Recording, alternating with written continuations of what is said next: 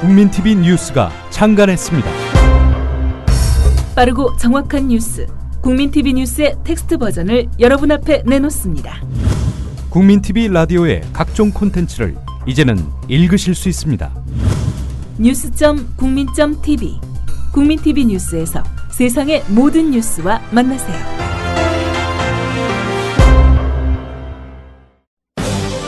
조상훈의 뉴스 핏.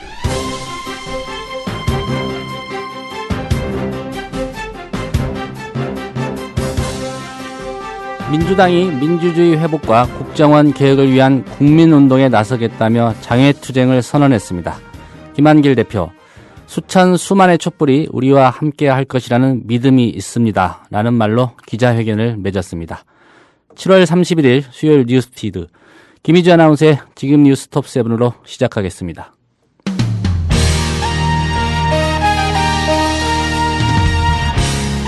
지금 시각 뉴스 톱7입니다. 민주당이 국정원 국정조사 정상화를 위해 내일부터 장외투쟁에 나서기로 했습니다. 국정원 국정조사 청문회 증인과 참고인 채택 시한이 오늘까지였지만 양당이 합의에 도달하지 못해 협상이 결렬됐습니다. 이명박 정부에서 대우나 재추진을 염두에 두고 4대강 사업을 진행했다는 감사원 감사 결과를 뒷받침하는 자료가 추가 공개됐습니다. 방화대교 남단 접속도로 상판 붕괴 사고와 관련해 경찰이 현장 감식 등 본격적인 조사에 들어갔습니다. 전남 광양의 한 철판 가공 공장에서 원인을 알 수 없는 폭발 사고가 일어나 2명이 다쳤습니다. 동아시안컵 대회 축구 한일전에서 한국 응원단이 역사 문제를 거론하는 현수막을 내건 것과 관련해 일본의 문부상이 한국 국민의 민도를 언급하며 비난했습니다. 지금 시각 뉴스톱7을 마칩니다.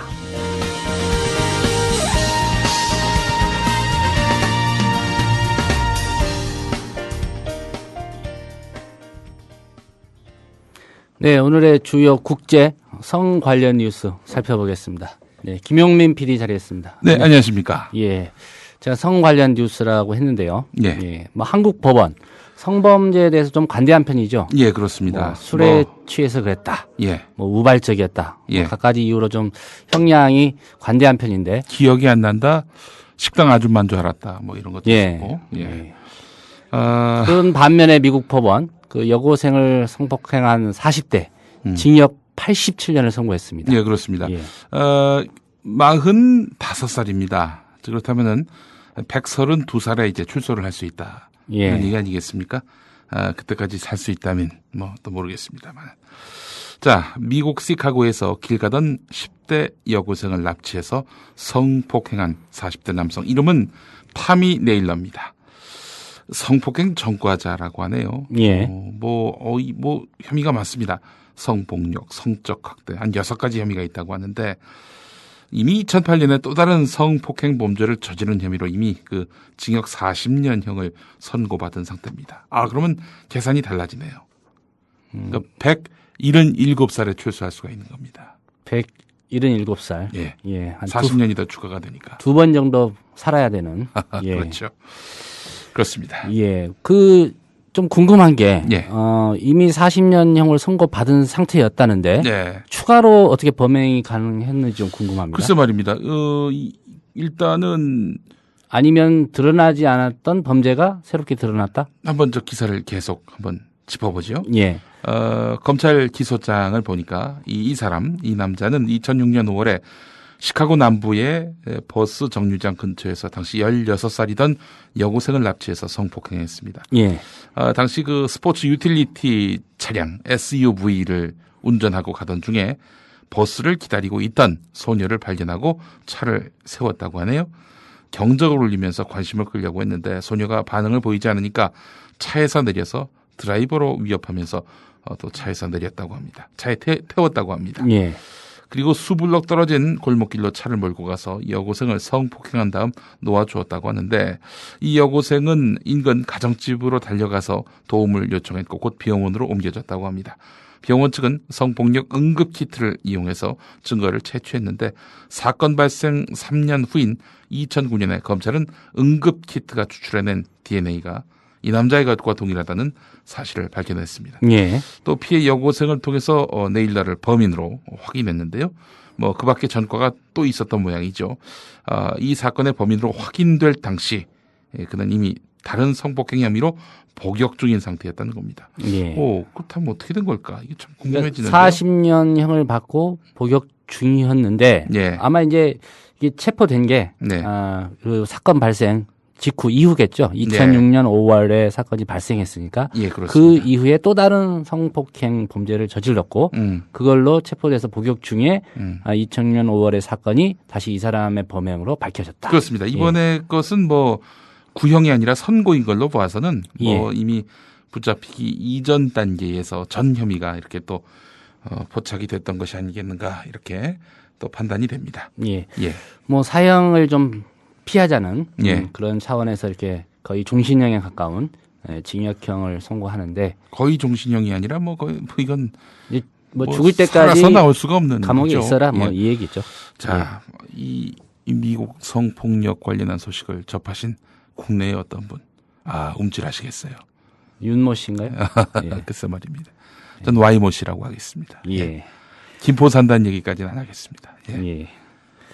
참 이거 보니까 생각이 나는데 갑자기 예전에 제가 한 기독교계 인터넷 신문의 편집장으로 있었는데 당시에 아주 대특종을 낸 게 있습니다. 이 PD 수첩으로도 나갔던 건데 필리핀의 한 목사, 그러니까 한국 목사입니다. 선교사로 나가 있었는데 예. 자기 교회 신도인 여중생, 이 여중생을 차에 태워서 뭐 햄버거를 사준다는 명목으로 그 탄산음료 있지 않습니까? 거기 수면제를 타가지고 이렇게 잠에 빠져들게 만든 다음 성폭행을 한 겁니다. 예. 저희가 이걸 다 깠죠. 예. 근데 이 사람은 한국으로 돌아와가지고 뭐 기도원에서 회개 기도를 하고 막 그러더라고요. 그래서 참 납득이 안 가는 거예요. 처벌은 안 받았습니까? 그 처벌도 안 받고 온 거 아니에요. 예. 이게 미국의 잣대하고 필리핀의 잣대가 이렇게 다르다는 거 아닙니까? 아니, 미국의 이 청소년은 보호받아야 할 수 있고 보호받을 가치가 있고 필리핀은 그렇지 않다는 얘기입니까? 어이가 없는 거죠, 진짜. 이런 거 보면서 다음 드라마에 대한 또 그 구상이 어느 정도 좀 잡힌 것 같습니다. 이제 국민 TV 라디오 드라마 나비 효과 2 뭐 이런 걸로 한번 해볼까요? 예. 뭐 기대됩니다. 네. 예. 하여간 이런 성폭력은 발본색원을 해서 아주 철저하게 책임을 물어 마땅한 그런 아주 사회 악입니다. 예. 한국 법원도 이런 형량 문제 좀 예. 고민을 해봐야 될 때가 된 것 같습니다. 술 먹었다고 이걸 봐주고 있을 수 있는 일입니까 이게? 다음 소식입니다. 인터넷을 통해서 미국의 군사 외교 기밀 뭐 수십만 건을 공개해도 예. 이게 반미 테러리스트 돕는 이적죄는 안 될 수 있다. 예. 이런 좀 논란이 불거졌습니다. 그렇습니다. 이 군사 외교 기밀 아닙니까? 기밀을 공개하면은 일단 반국가 행위로 낙인 찍을 수 있는 일들일 텐데 말이죠. 예. 자, 위킬리크스 폭로 사건의 주인공 브래들리 매닝 일병의 재판 결과가 이 민감한 질문에 불을 당겼습니다. 미국 군사법원은 매닝 일병의 이적 혐의에 대해서 무죄 판결을 내렸기 때문입니다. 이번 판례는 인터넷으로 정보가 금세 퍼지는 그 현 시대에 국가 기밀 공개를 통한 이적 행위를 어떻게 판단할지를 두고 상당히 논쟁이 벌어지는 그런 사건이 될 것 같습니다. 예. 또 미국의 첩보 감시망 실체를 밝히고 외국으로 도주한 에드워드 스노든 같은 이런 다른 거물급 폭로자의 처분에도 적지 않은 영향을 미칠 것 같습니다. 이적죄는 기밀 유출 관련 혐의 가운데 가장 처벌이 가혹해서 사형이나 종신형이 적용될 수 있는 건데요. 적을 의도적으로 도우려고 했다. 이건 뭐 사실 입증할 수가 없는 거 아니에요. 그냥 덮어씌우면 그만입니다. 예. 이 적을 의도적으로 도우려 했다는 사실이 유죄 선고의 핵심 기준인데요. 그런데 이제 매닝 사건은 사정이 복잡했습니다. 매닝이 적대 세력에게 직접 기밀을 넘기지 않고 예를 들어 뭐 알카에다나 이런 데다가 넘기지 않고 예. 위킬리크스와 또 이 미국 유럽 언론을 거쳐서 대중에게 공개를 했기 때문입니다. 순전히 공익을 위해 벌인 일이라고 설명을 했는데 군 검찰은 이적 의도가 있다 이렇게 반박을 해왔어요. 근데 결국 법원은 매닝 손을 들어준 격입니다. 예. 재판부가 어떤 기준에서 판단을 했는지 대단히 좀 궁금한데요. 예. 어떤 이유였죠? 자, 일단 매닝이 위킬리크스를 통해서 공개한 기밀은 이라크 전쟁 당시에 미군 작전 자료와 국무부 외교전문에서 70만여 건에 이릅니다. 예, 엄청난 양이네요. 이 공개한 내용들이 70만여 건이니까 자기가 뭘 공개했는지도 모를 거예요, 아마 틀림없이. 자, 근데 유출한 자료 가운데 일부가 알카에다 지도자였던 오사마 빈 라덴의 컴퓨터에서도 발견됐습니다. 이런 걸로 봐서 기밀 공개의 대의와는 관계없이 결국 이적 행위로 드러난 거 아니냐? 결과가 그러하다면 당연히 이적 행위 맞다.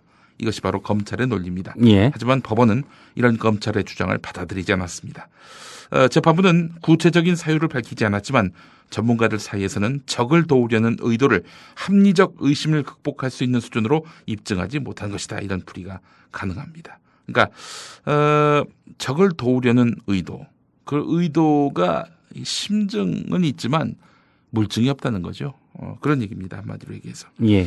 자, 위킬리크스 폭로가 미국 안보에 준 피해가 미국 당국의 주장처럼 심각하지 않다는 평가도 판결에 영향을 미치는 것으로 보이는데요. 이런 걸로 봐서는 국민의 어떤 그런 기본권 또는 이런 국민의 어떤 인권을 넘어서는 과도한 국가적 이렇게 단죄는 불가하다.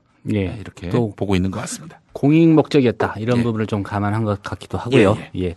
어쨌든 미국 내에서는 법률 전문가들 사이에 좀 네. 논란이 격화될 것 같습니다. 예, 그렇습니다. 법에서의 이적 개념은 김하병 부대처럼 시대에 뒤떨어진 괴상한 측면이 있다. 이렇게 말을 했습니다. 예일대 로스쿨의 선임 연구원이 한 말인데요. 자, 하지만 오바마 행정부와 의회는 여전히 매닝의 국가기밀 유출 혐의에 대해서는 강도 높게 응징해야 된다 이런 입장인 것 같습니다. 자, 하여간 우리나라도 보면은 모든 법논리 앞에 우선되는 가치가 바로 국익 아닙니까? 국익을 침해했느냐 안 했느냐 이런 관점으로만 바라보고 있는 이런 현실. 참 미국도 별로 다르지 않다라는 생각은 해보면서 미국 법원은 좀 진전된 그런 판결을 내린 것이 아닌가 이렇게 평가할 수 있을 것 같습니다. 네. 김용민 PD였습니다.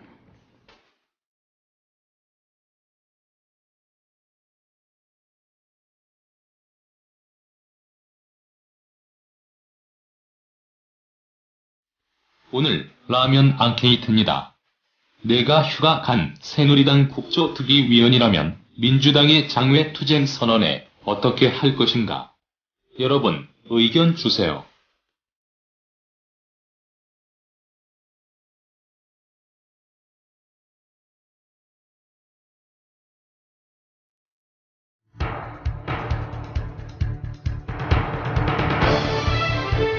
지금 여러분께서는 조상훈 기자가 진행하는 국민 TV 라디오 시사 프로그램 조상훈의 뉴스피드와 함께하고 계십니다.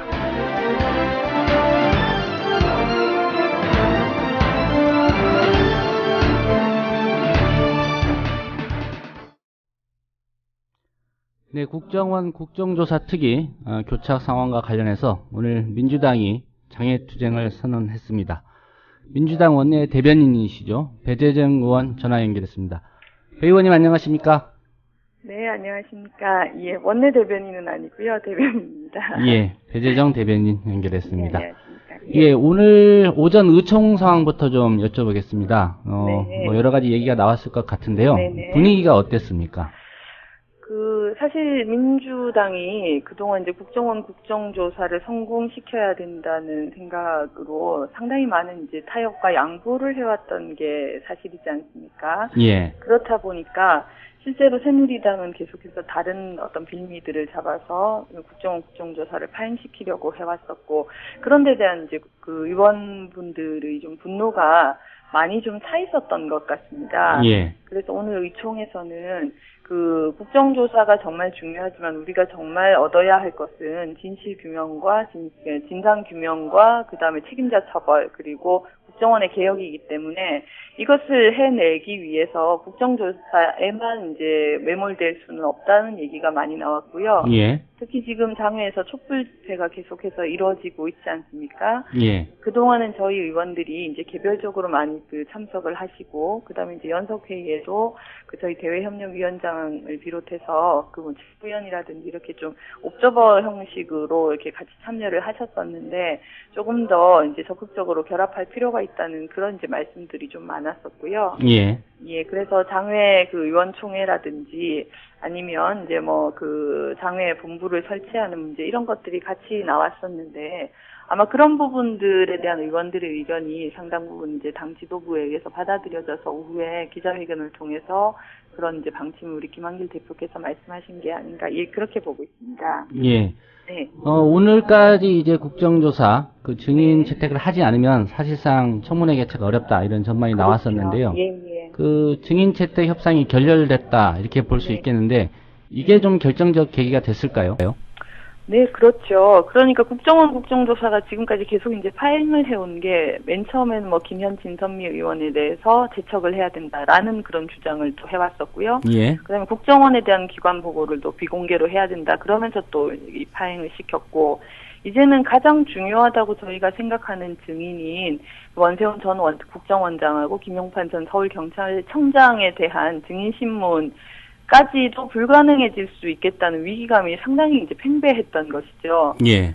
특히 저희가 원세훈, 김용판 두 증인에 대한 이제 증인을 세워야 된다라고 주장을 계속해서 하고 있으니까 사실상 새누리당 쪽에서는 계속 언론을 통해서 이렇게 띄우는 분위기가 무엇이냐면 이분들이 지금 검찰의 수사를 받고 있는 상황이기 때문에 또 재판을 받아야 되니까. 네, 그렇죠. 예. 재판을 받아야 되기 때문에 이분들이 나올 수 있겠느냐라는 이야기를 계속 이제 언론 등을 통해서 흘리셨던 거죠. 그런 것들을 저희가 보면서 정말 이제 청문회에 대한 새누리당의 진정성을 의심하지 않을 수가 없었고요. 그렇다면 우리가 이제까지 국정조사를 통해서 국민들께 국정원의 개선 개입에 대해서 알려야 되는 게 1차적인 목적이었는데 네. 그 부분조차 제대로 할 수 없을 것 같다는 그런 이제 기류들이 많이 형성된 게 사실입니다. 예. 국정조사 특위로는 이제 그러한 소기의 목적, 국민들께 네. 국정원의 대선 불법 개입을 알릴 수 없다. 이런 좀 위기감이 느끼셨군요. 네네. 그렇지만 저희가 국정조사를 그래서 안 하겠다고 말씀을 드린 건 아니고요. 예. 계속해서 원내에서는 협상을 하고 국정조사를 끝까지 저희는 포기하지 않고 치를 것입니다. 예. 예, 그렇지만 아까 말씀드린 것처럼 그렇게 해서 소기의 목적을 달성하지 못할지도 모른다는 그런 부분들 때문에 조금 더 강도 높은 야당의 움직임이 필요하다고 판단을 했었던 것이죠. 예. 말씀하셨지만 새누리당의 요구, 김현 진선미 위원에 대한 제척 사유 사퇴 요구 그리고 네. 국가정보원 기관 보고의 비공개 이런 양보들에 대해서 네. 여론의 상당수는 민주당이 너무 밀리는 거 아니냐 이런 지적도 있었습니다. 이런 네, 여론의 부담감도 좀 작용이 했습니까? 작용 안 할 수가 없었던 것으로 보고요. 예. 사실상 저희가 지금 이제 국정조사가 계속해서 파행을 거듭했지만 끝까지 저희는 이제 국정조사의 끈을 놓지 않으려고 했던 것이 말씀드린 것처럼 국정조사를 실제로 합의하는 과정에서도 엄청난 새누리당의 저항이 있지 않았습니까? 국정원을 포함해서. 예. 그걸 이제 무릅쓰고 사실은 국민들의 여론과 함께 국정조사라는 소중한 과실을 저희가 따냈던 것인데 그것을 쉽게 버려서는 안 된다는 이제 생각들을 했었던 것이고요. 예. 그 과정에서 양보를 이제 두 차례에 걸쳐서 하게 되면서 따가운 여론의 시선이 있다는 것 또한 알고 있습니다. 이렇게 밀려가면서까지 국정조사를 붙들고 있어야 되나 이런 이제 좀 비판의 시선들이 있으시다는 건 알고 있지만 그렇지만 민주당은 할 수 있는 데까지 최선을 다하기 위해서 좀 노력을 해왔던 것이고요. 근데 여기서 또 재밌는 것은 이렇게 참을 만큼 참았고 오히려 국민의 여론이 왜 그렇게 양보하느냐라는 비판이 있었음에도 불구하고 지금 시점에서 불가피하게 저희가 장외투쟁을 선택하겠다고 했을 때 예. 지금 이제 조금 전에 윤상현 수석부대표 새누리당 예. 수석부대표가 또다시 정쟁으로 국정조사를 파행시키려고 한다라는 취지로 이렇게 또 말씀을 하시더라고요. 예. 그러니까 한편에서는 너무 양보한 게 아니냐라는 비판이 있기도 하지만 민주당이 이제까지 이제 최대한 양보하고 인내할 만큼 인내한 다음에 사실 이제 취하는 행보에 대해서도 또 그렇게 좀 폄훼하는 그런 이제 또 목소리가 있다는 것 또한 좀 현실이다 보니까 예, 그런 어려움들이 있는 것 같습니다. 결정 과정에서. 예. 그 새누리당 그 반응을 언급을 하셨으니까 좀 여쭤보겠습니다. 네. 그 윤상현 원내 수석 부대표죠. 네. 예. 좀 전에 이제 긴급 기자회견을 가졌는데요. 네네. 그 민주당이 요구한 그 강제 동행명령 네. 불출석했을 경우에 여야가 합의해서 고발하겠다는 보장이 있어야 한다. 이 네. 부분을 많이 좀 언급을 하던데요. 네네. 민주당 입장에서는 이제 원세훈 전 원장, 김용판 전 서울경찰청장 안 나올 게 뻔하니까 이런 요구를 하셨을 것 같은데 네. 이 부분이 그 새누리당 입장에서는 받아들일 수 없었다. 뭐 이런 주장인가요?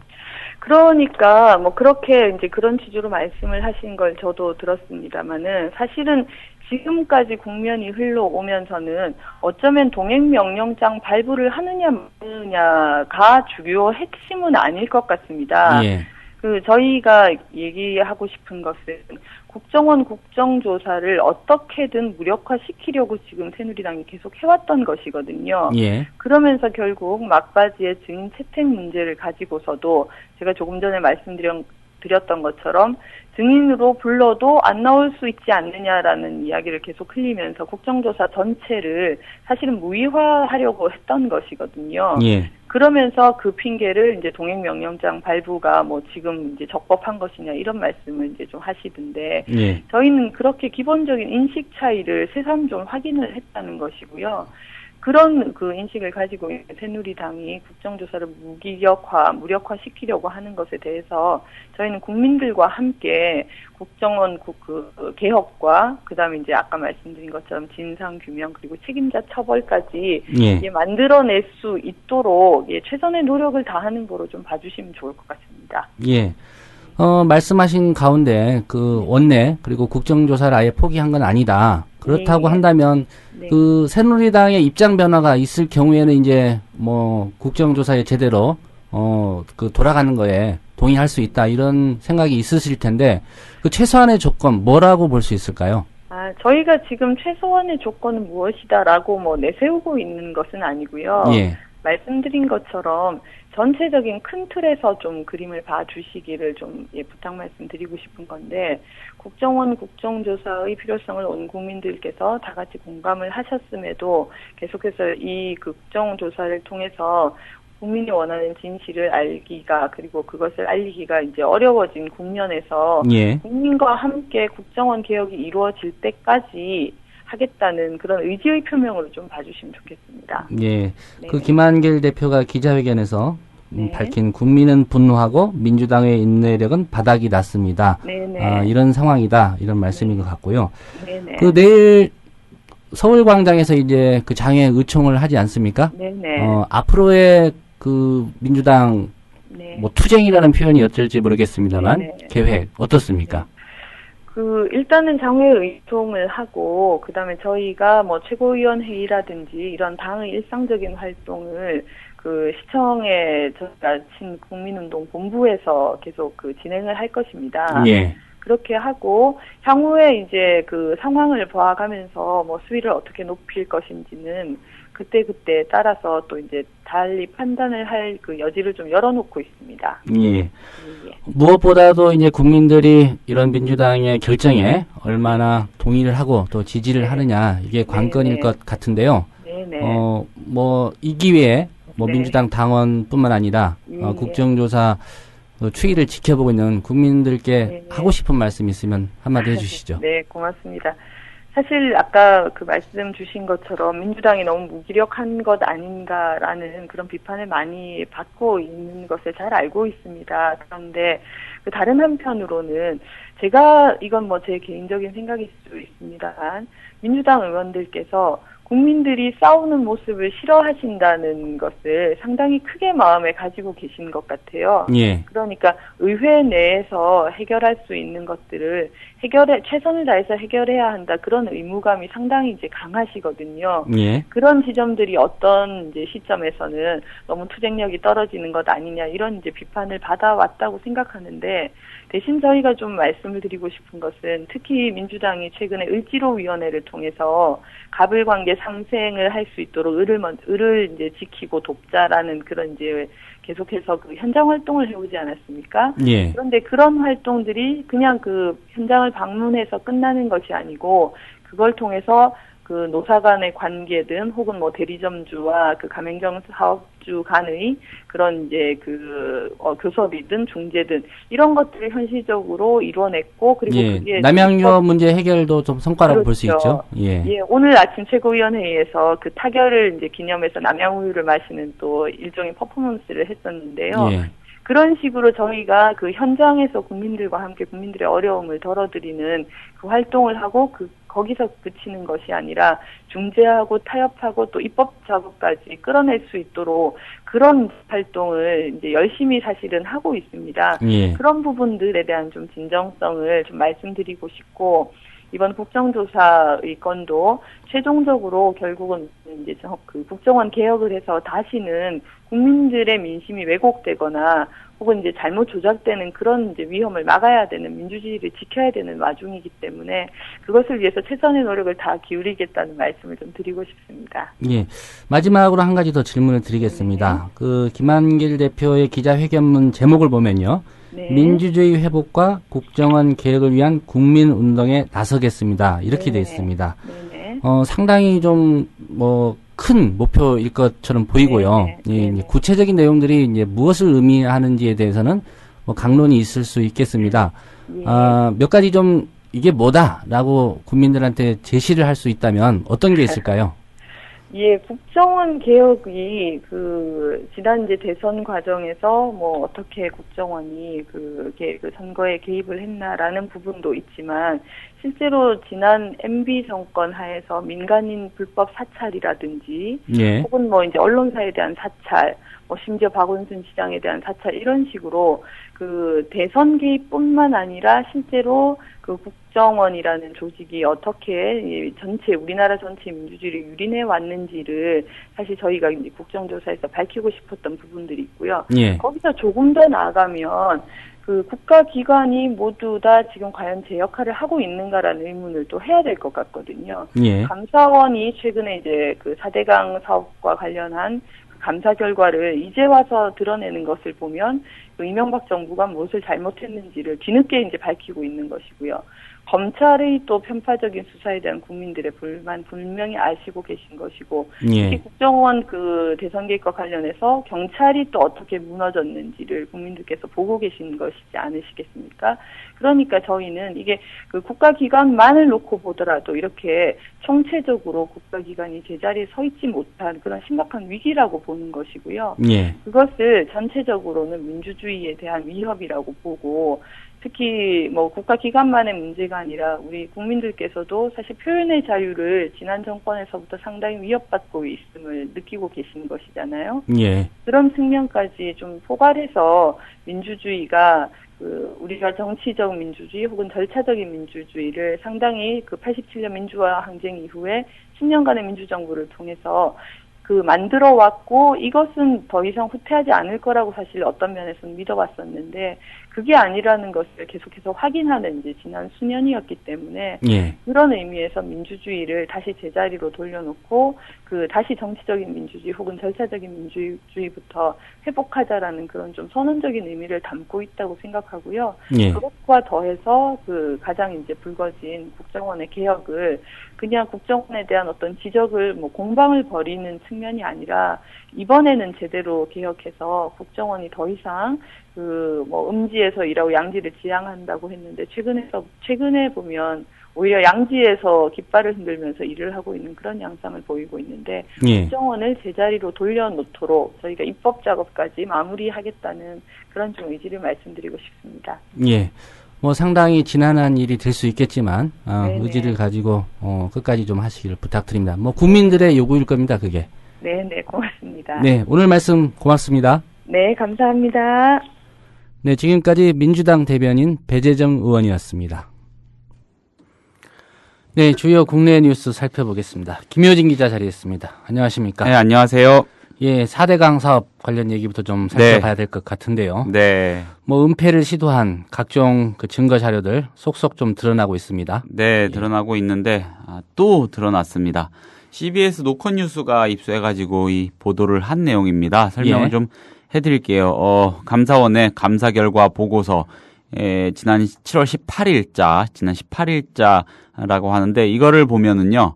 국토부가요, 대운하 사업을 은밀히 벌이면서 생성한 자료를 대부분 파기한 것으로 돼 있습니다. 예, 뭔가 꺼림칙한 게 있으니까 그렇죠. 파기를 했겠죠. 파기를 했다는 거는 남들이 알면 안 된다. 여기까지만 하고 덮자 뭐 이런 거 아니겠습니까? 예. 자, 이명박 정부가 4대강 사업에 숨겨진 이 대운하 사업의 흔적, 이거를 지우기 위해서요. 새 정부가 출범하기 전까지 서둘러서 파기한 거라고 볼 수밖에 없는 그런 정황입니다.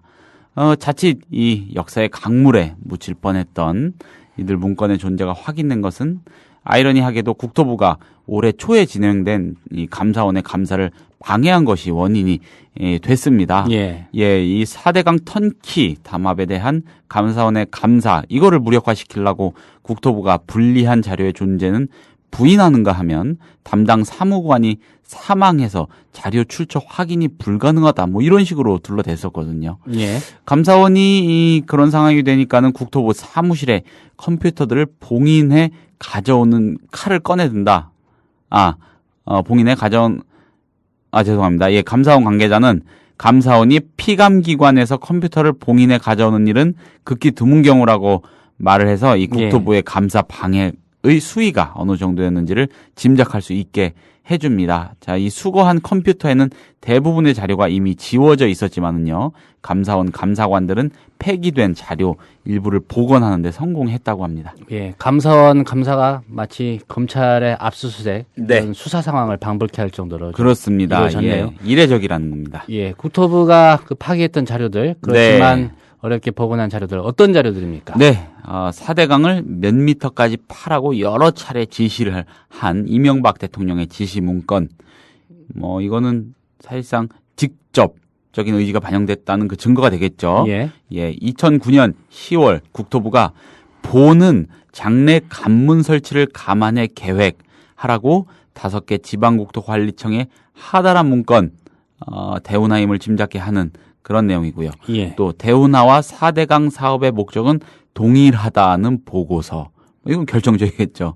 예, 수심이 깊어지고 보가 깊어지면 예산 낭비, 수질 악화, 생태계 파괴 등 여러 가지 심각한 문제가 발생할 수 있다는 국토부 내부 검토 문서, 또 4대강 마스터 플랜 수립 초기부터 완료 단계까지 작성이 된 예. 각종 보고서 등등입니다. 결국 죽은 사무관의 컴퓨터가 국민을 속이고 진행된 대운하 사업의 실체를 국민들에게 알리는 판도라의 상자로 돌아온 셈인데, 예, 이번에 입수 보도가 된 국토부의 기밀 문서는 이 가운데 극히 일부에 불과하다고 합니다. 예. 뭐가 더 나올지 모르는 상황이고요. 자, 그동안 정치적인 실리를 따지면서 4대강 국정조사 이거를 저울질하던 민주당, 이번 비밀문서 공개로 국정조사 추진을 기정사실화하는 강경 방침으로 돌아섰습니다. 지금 근데 이따 말씀드리겠지만은 조금 전국이 시급해져서 당장은 아니겠지만은 아무튼 지난 5년간 묻혀있던 비밀문서의 공개, 이거는 뭐 불가피할 것 같고요. 이쯤 되면은 이명박 전 대통령이 어떤 식으로든 또 책임을 져야 하는 상황이 오겠죠. 22조 원을 이명박 전 대통령이 물어야 한다, 뭐 이런 주장도 있었다고 하는데 아무튼 예. 그렇습니다. 예. 뭐 2007년 남북 정상회담 회의로 네. 실정을 놓고 지금 새누리당에서 의혹을 제기하는 게 참여정부가 이걸 폐기했다, 이런 얘기 하지 않습니까? 네. 그렇다면 이명박 정부의 이 4대강 계획과 관련된 문서들 폐기한 거, 네. 이거에 대해서는 언급이 없죠, 지금. 그렇죠. 예. 예, 이것도 전혀 검찰에 새누리당에서 고발해서 수사를 하면 좋을 텐데 말이죠. 예. 검찰 고발은 통합진보당이 먼저 했습니다. 예. 사실상 결렬 분위기로 가는 국정원 국정조사 얘기도 좀 해보겠습니다. 네. 예. 새누리당이 민주당에게 이런 제안을 했습니다. 국정조사 증인에서 김현미, 진선미 의원 증인 채택 요구 안 할 테니까 새누리당의 김무성 의원 그리고 권영세 주중대사 빼달라, 네. 이런 제안을 한 모양입니다. 네. 새누리당이 일종의 역제안한 겁니다. 김무성 새누리당 의원, 권영세 주중대사, 이 둘을 증인에서 빼달라고 수정 제안을 한 건데 거절을 당했죠. 민주당 정청래 의원이 어제 얘기하지 않았습니까? 예. 자, 김현 진선미 의원 우리 증인으로 넣겠다. 그러면은 권영세 대사하고 김무성 의원 그쪽에 또 넣어라 이렇게 한 건데 여기에 대해서 새누리당이 나름대로 역제안을 했던 겁니다. 민주당 정청래 의원 오늘 또 의총에서 얘기를 했는데 의총에 오기 전에 새누리당 권성동 간사가 제 방에 찾아와서 만났다. 제게 이야기한 거 이거는 김현 진선미 의원을 빼줄 테니 그냥 가자는 것이었다. 이렇게 밝혔습니다. 예. 그래서 제가 우리는 단 한 번도 현역 의원을 빼달라 넣지 말라고 이야기한 적이 없다. 우리가 요구하는 것은 김용판 전 청장하고 원세훈 전 국정원장 그리고 김무성, 권영세 두 사람을 증인으로 채택해달라는 거다. 채택하면 거기에 맞게 동수로 민주당 의원을 출석시킬 의향이 있다고 했지 빼달라고 한 적이 없다. 이렇게 답을 했다고 전했습니다. 예. 예, 새누리당 제안을 일축했다는 건데 정청래 의원은요 또 이미 원세훈, 김용판 두 사람에 대한 증인 채택은 합의된 것이나 마찬가지다. 그런데 김무성, 권영세 두 사람을 빼기 위해서 협상 카드로 사용하겠다. 이건 도저히 받아들일 수 없다. 이렇게 말을 했습니다. 예. 사실 김현 진선미 의원하고 김무성, 권영세 대사를 같은 무게로 지금 두고 둘을 가지고 게임을 하는 양상 자체가 한탄스러운 겁니다, 사실. 일종의 여기서 이제 같은 무게냐 아니냐는 혐의의 무게인 예, 거죠. 예, 그렇죠. 예. 증인으로서의 필요성의 무게를 말씀드린 겁니다. 예. 자, 권영세 대사는 대화록 획책 녹취록이 지금 까여가지고 말 그대로 지금 만천하의 그 획책 의도가 드러난 사람이고요. 예. 김무성 의원은 어디서 났는지 모를 그 대화록을 입수해가지고 대선 과정에서 유세 때 읽은 읊은 장본인입니다. 예, 어떻게 김현 진선미 의원하고 같은 무게로 다뤄질 수가 있는지 그거 자체가 어처구니 없고요. 그리고 김용판, 원세훈 이 두 사람 증인 채택 문제 이것도 사실 어제까지만 해도 그래도 이들은 너무 중요한 인물이니까 채택이 되지 않겠느냐 했는데 예. 결국에는 다 유야무야 되고 있는 파행하는 그런 분위기로 오늘 흐르고 있습니다. 예. 아마 새누리당에서 김무성 의원 그리고 권영세 주중대사 증인으로 채택할 수 없다 이렇게 강경하게 나오는 이유 네. 뭔가 있어도 대단한 게 좀 있는 모양입니다. 그렇지 네. 않고서야 이럴 수가 없는데 말이죠. 그렇습니다. 네, 결국은 국회 국가정보원에 대한 국정조사 뭐 증인 채택이 불발이 되면서 좀 파행으로 가고 있는 분위기인데요. 오늘 민주당이 마침내 그 장외투쟁을 선언했습니다. 네. 네. 앞서 배재정 대변인 통해서 좀 살펴는 봤는데요. 그렇습니다. 이 뉴스도 좀 자세히 짚어보죠. 네, 김한길 대표, 국가정보원 댓글 의혹 사건 등의 진상 규명을 위한 국정조사 특별위원회 증인 채택. 참 이 명칭이 거창한데 아무튼 이게 난항을 겪고 있으니까 새누리당을 강력하게 비난하면서 드디어 원내 협상, 원외 투쟁을 병행하겠다 이렇게 선언을 했습니다. 예. 원외 투쟁이라는 거 한마디로 국회 벗어나서 싸우겠다 이런 거죠. 예. 예, 오늘 국회 당 대표실에서 기자회견을 열어서 이렇게 밝힌 건데, 자, 이 시간부로 민주당은 비상체제 돌입한다. 그동안 추미애 본부장이 이끌어왔던 정치공작 진상규명 및 국정원 개혁운동본부를 민주주의 회복과 국정원 개혁 국민운동본부로 확대 개편하고 당대표인 제가 본부장을 직접 맡아 원내외 투쟁과 협상을 동시에 직접 이끌겠다 이렇게 밝혔습니다. 좀 비장한 분위기였습니다. 그렇습니다. 예. 예. 전문을 한번 읽어드릴까요? 예, 뭐 시간이 된다면 소개를 해드리죠. 예. 전문을 한번 읽어드리겠습니다. 이게 조금 전에 있었던 일이라서 아마 못 들으신 분들이 많으실 텐데, 예. 자, 이런 내용입니다. 저는 오늘 대한민국 민주주의 역사를 만들어 온 민주당의 대표로서 참으로 절박하고 암담한 심정으로 이 자리에 섰습니다. 국민은 이미 진실을 알고 있습니다.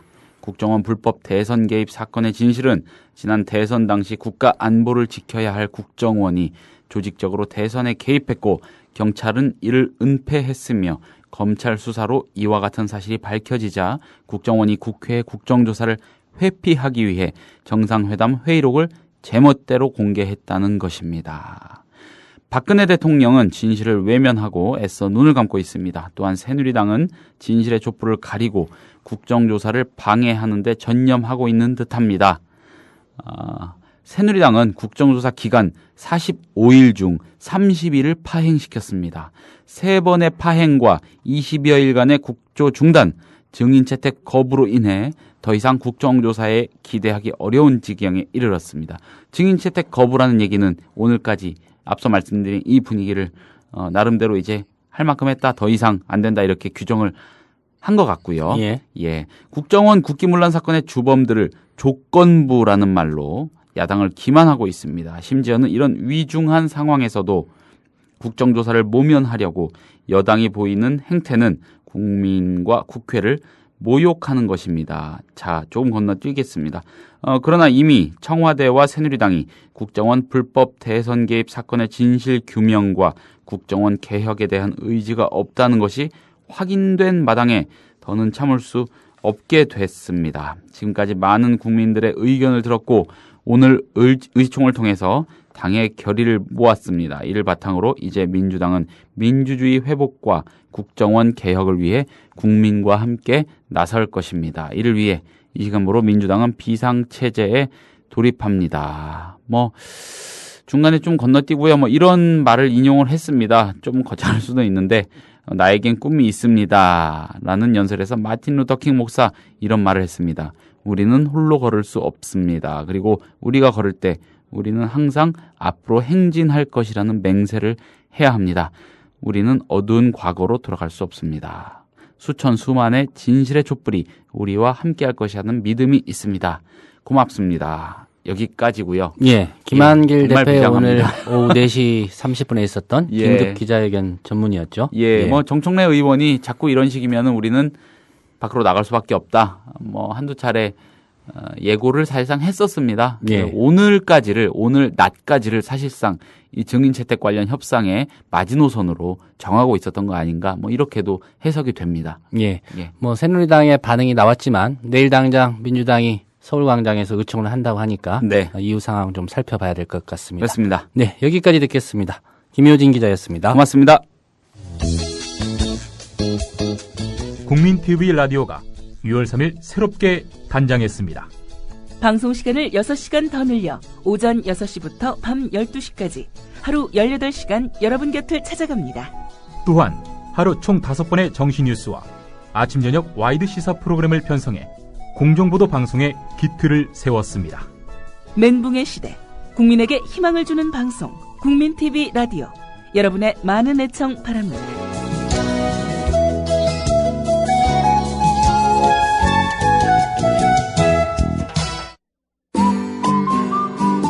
안녕하세요. 하천에 살고 있는 소설가 이효수입니다.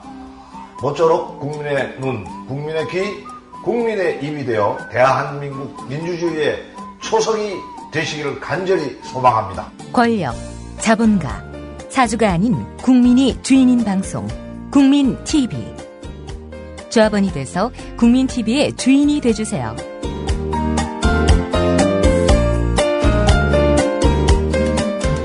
포털 사이트에서 미디어 협동조합 국민TV를 검색하세요. 국민TV 화이팅! 네, 남현 앙케이트 소개해드리겠습니다. 오늘 설문은 내가 휴가 간 새누리당 국조특위 위원이라면 민주당의 장외투쟁 선언에 대해 어떻게 할 것인가 라고 설문 드렸는데요. 많은 분들이 의견 주셨습니다. 소개해드립니다. 진실매님, 민주당 잘들 놀고 있네. 난 좀 더 휴가나 즐겨야지 라고 한다. 032님, 새누리당이라면 제발 단식 투쟁만은 참아달라며 보름달 빵을 민주당 의원 수만큼 민주당사로 배달시킨다. 네, 서울광장으로 보내야 될 것 같습니다. 내일 의총을 거기서 한다니까요. 휴가 떠난 새누리 의원님, 골프 치며 휴가를 즐길 겁니다. 어차피 민주당이 뭐라고 해도 언론에 안 나오니까 푹 쉬다 와야죠. 라고 주셨고요. 동규 현규 아빠님, 새누리당에선 이런 궤변을 내놓을 거예요. 대선 불복함에도 모자라 국민을 선동해서 이 더운 날씨에 촛불 행동에 참가하게 하여 불쾌지수를 높이려까지 한다.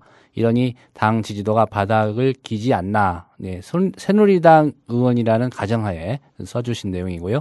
6월 젊은님, 민주당은 더운데 고생해라. 새누리당은 민주당 욕하면서 기자들에게 공중파에서 민생과 국조를 벌인 민주당이다. 다 민주당 잘못이라고 방송할 거다. 이렇게 올려주셨고요.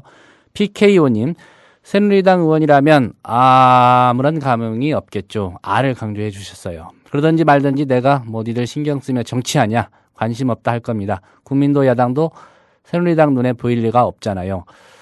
이슬님, 민주당이 뭐라 하든 간에 낙동강으로 휴가를 가서 녹조물에 수영하고 녹조라떼 한잔하고 녹조물로 밥 해먹고 그 옆에 물고기 떠있는 걸로 매운탕 해먹고 좀 남으면 MB전 가깝게 좀 주고 새누리당 모든 의원에게 물고기 좀 선물해주고 그렇게 휴가를 보내겠다라고 의견 주셨습니다. 오늘 글을 올려주신 분들 고맙습니다.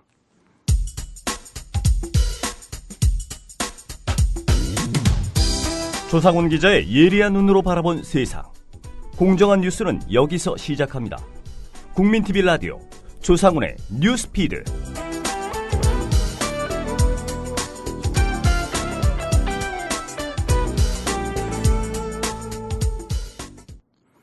소득이 있으면 세금을 내는 것은 당연하다. 최근 종교계 분위기입니다. 정부가 다음 달 8일 세제 개편안을 발표할 예정인데요.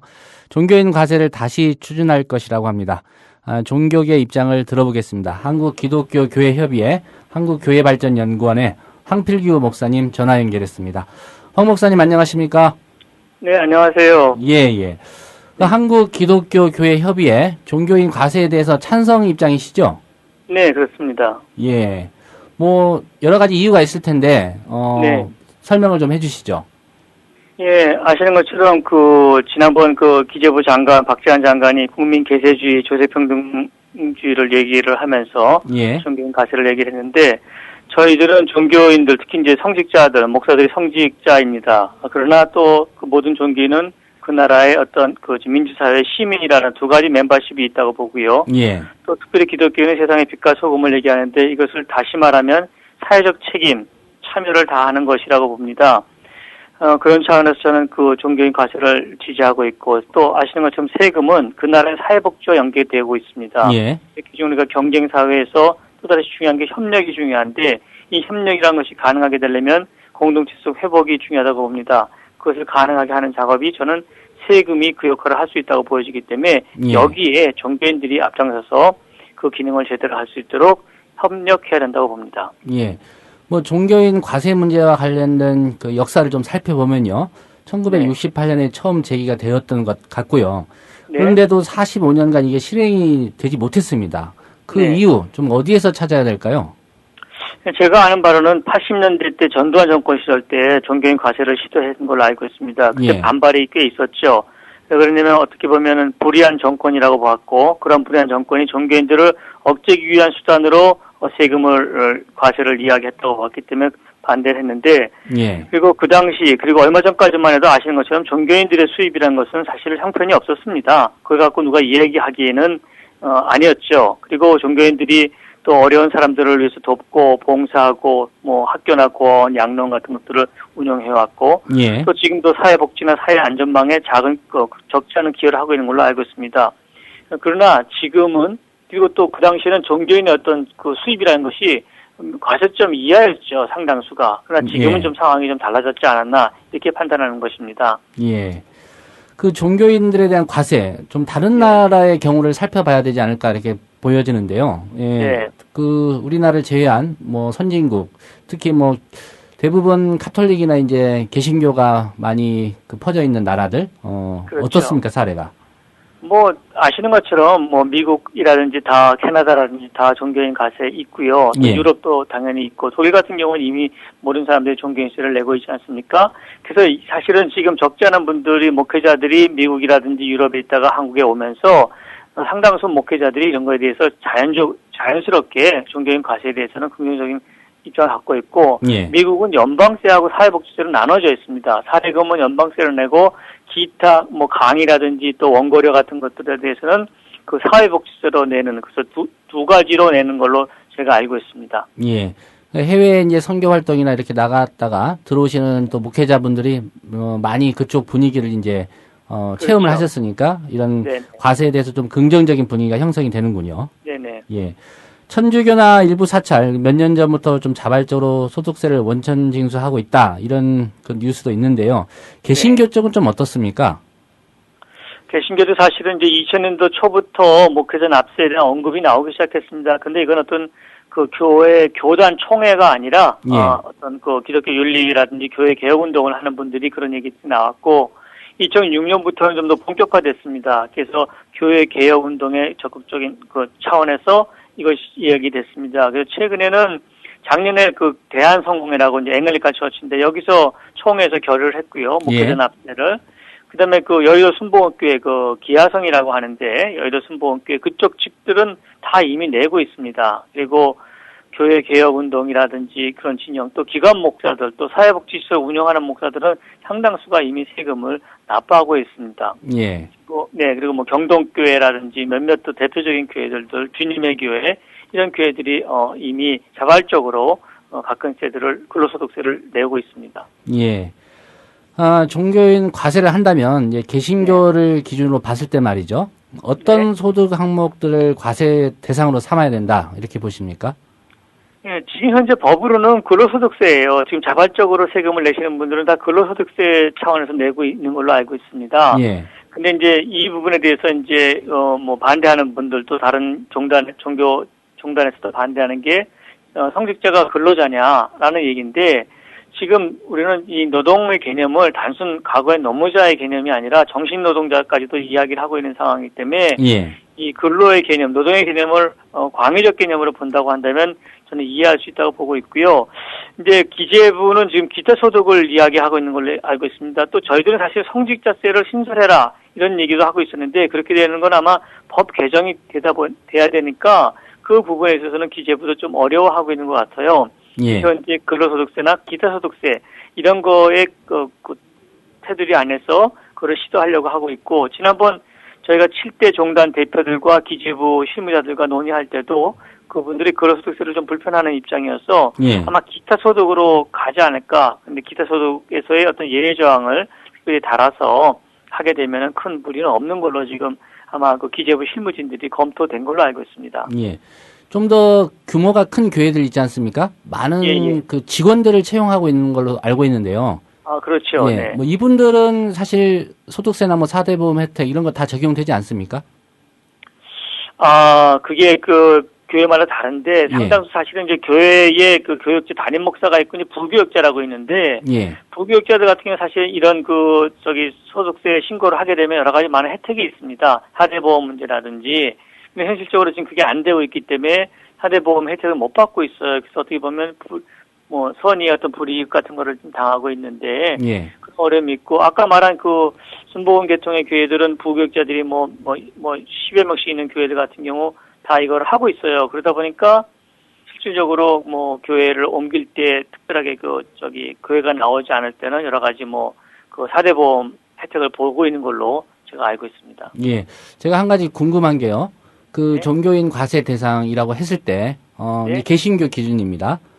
그 목회자들 말고 그 뭐 전도사님이나 이런 분들도 계시잖아요. 그 종교인 종교인 과세 대상이라고 했을 때 그 종교인의 어떤 범위까지 포함이 되는 거죠? 전도사라는 개념이 이제 좀 그 이해를 해야 되는데 목사가 있고요. 전도사라는 개념은 어떻게 보면 목사 후보생이에요. 후보생. 근데 이제 그 전도사 개념을 실제로 교회에서는 폭넓게 쓰고 있습니다. 목사 후보생도 있고 기독교 교육이라든지 교회 음악을 전공하신 분들도 전도사라고 하는데 그분들은 또 목사 후보생은 아니에요. 그렇기 때문에 그게 좀 약간 분명하게 할 필요가 있고 사실은 지금에서는 이제 목사 안수를 받으신 분들을 종교인으로 봐야 되겠죠. 지금 카톨릭 같은 경우도 신부를 주로 납세를 하고 있으니까 거기는 부제가 또 있거든요. 제가 알기로는 거기까지는 아닌 걸로 알고 있어요.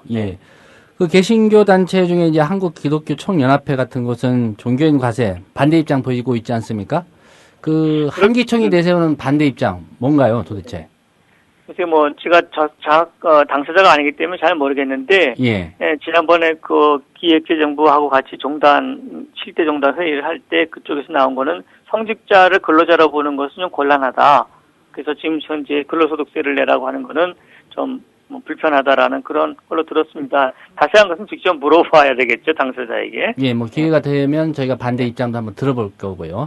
그러시죠. 몇몇 대형교회 목회자들의 경우 이제 연간 소득이 수억 원, 또 수십억 원대다. 이런 주장도 좀 간혹 제기가 되는데요. 실제로 네네. 그런 사례가 있습니까? 그것은 이제 지금 말씀하신 것처럼 제기가 되고 있고 들려오는 이야기고 또 예. 예측 가능하다고는 볼 수 있어요. 그러나 확인된 것은 아니죠.